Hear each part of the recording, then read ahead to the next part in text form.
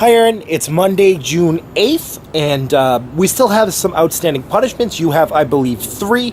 I have 1, though I have not yet been medically cleared to do the roast beef beach challenge.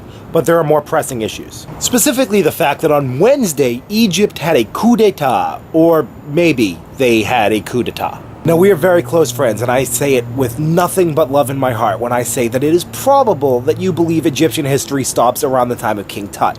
So let's review a bit of recent Egyptian history. So it's January 1st, 2011, and the president of Egypt is Hosni Mubarak, a little bit of a, secular dictator who's being supported by the United States. It's starting on January 25th, 2011, as part of the Arab Spring. There was a bit of a revolution that threw him out of power. So one of the big problems with the revolution is always what to do next, how to start a government from there, and there were, of course, problems with that. When elections were called for to, elect a new president, there were 3 main factions.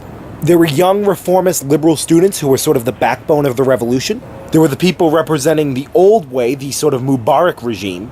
And there was the Muslim Brotherhood that, of course, Mubarak had declared illegal. Now, the Muslim Brotherhood were an Islamist political movement, and I should sort of explain the difference between Islam and Islamism. Islam is a religion founded by Muhammad, the final prophet of Allah, which is simply the Arab word for God. Islamism is a political movement that says that Islam and its teachings should take the forefront in all political, social, and personal thought. Now, Islamism gets a bit of a bad rap because of people like Osama bin Laden, who was an Islamist, but there's also good Islamists, if you will. One specific example that comes to mind is Muhammad Iqbal, who was an Indian at the time, but sort of Pakistani poet, who was a big part of making Pakistan an independent country. So despite the electorate being made up of over 70% these young student liberals, the winner of the election ends up being Mohammed Morsi, run by the Muslim Brotherhood. Now on Wednesday, people take to the streets, and the military walks up to Mr. Morsi's house and says, "Sorry, you're no longer president of Egypt."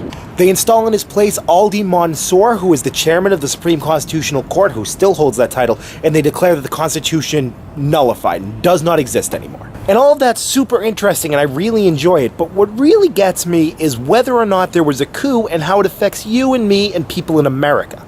So the U.S. State Department has all these rules about who can and cannot receive United States international aid. The one that's necessary for our purposes is that no government that took power by a coup can possibly do that. And just like deciding what is and is not lasagna with meat sauce, our federal government has decided what exactly is a coup. That specifically being when a democratically elected leader is overthrown by the military.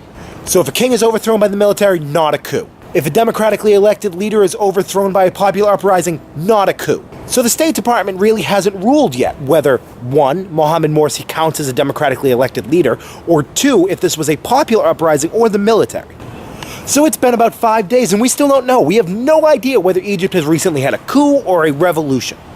So Aaron, I'll tell you as soon as I know, and I will see you on Friday, God damn it, doing one of your punishments because you are still medically cleared to sing. We're in my backyard right now because I wanted to do this video while getting bitten by bugs.